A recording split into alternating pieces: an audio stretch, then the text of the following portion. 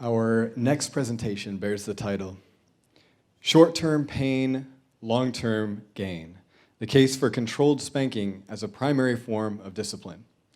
Please welcome Ellie Howell.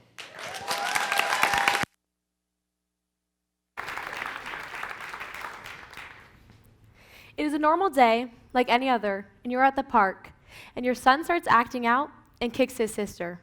Naturally, you spank him. You then pull him into an embrace, affirm your love for him, and offer forgiveness. This is nothing out of the ordinary for you, but to your right, you notice a mother shaking her head as she kneels down to redirect her daughter. Her condescending sneer makes you question your method of discipline. Immediately, you feel guilty and fear that the physical action you just committed has damaged your child. Maybe your relationship with him is now built upon fear instead of love. Other parents must have found an alternative approach to spanking that is just as effective. But is this really the case? Although some parents believe that inflicting pain in order to correct disobedient behavior is wrong and unnecessary because it harms the parent-child relationship and causes aggressive and antisocial behavior, parents should use controlled spanking as a primary form of discipline because both biblical and scientific evidence suggests this results in the obedience of child towards God and parental authority. Some professional psychological studies claim that spanking your child will lead to long-term detrimental effects.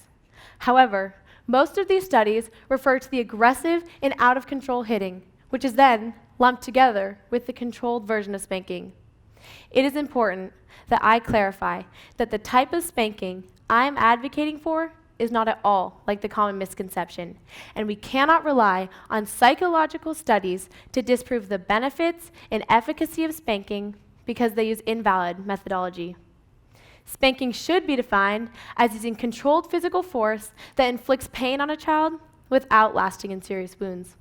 Professor Murray Strauss defines corporal punishment as the use of physical force with the intention of causing a child to experience pain but not injury, for the purpose of control or correction of a child's behavior. For instance, immediate compliance to ensure safety is one of the main reasons that parents should spank their children.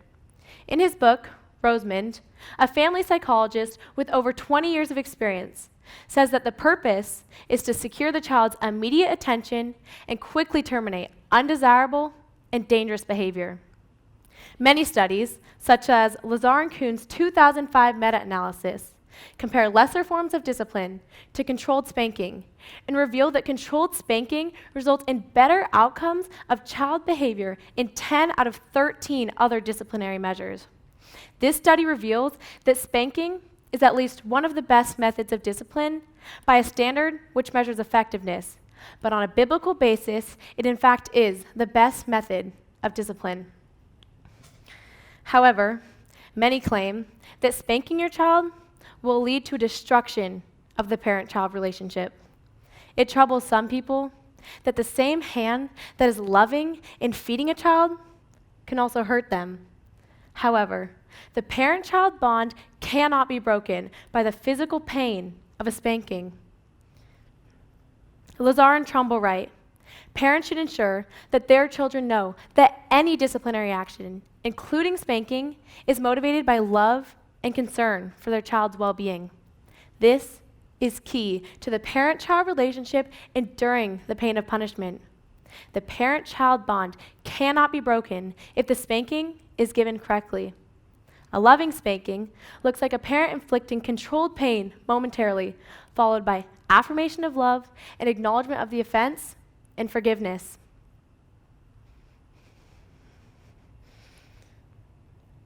The goal is never to harm the child, but Hebrews 4:11 states, for the moment all discipline seems painful rather than pleasant, but later it yields a peaceful fruit of righteousness to those who have been trained by it. This verse describes the way in which God disciplines his children. And parents who use controlled spanking are in fact imitating the very actions of God, because God uses discipline to discipline his children. Controlled spanking will produce a heart that is obedient towards parents which will then develop an obedient relationship towards God. Proverbs 13:24 states, "He who spares the rod hates his son, but he who loves him is diligent to discipline him." The book of Proverbs is intended to be a general truth, meaning it can be applied to any people at any time. However, it still needs to be read in its timely context.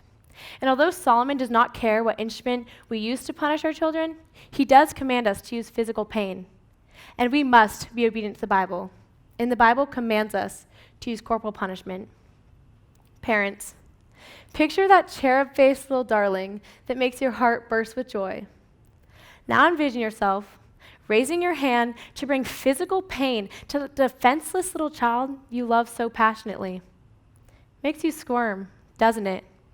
Using physical pain seems inconsistent with love, doesn't it?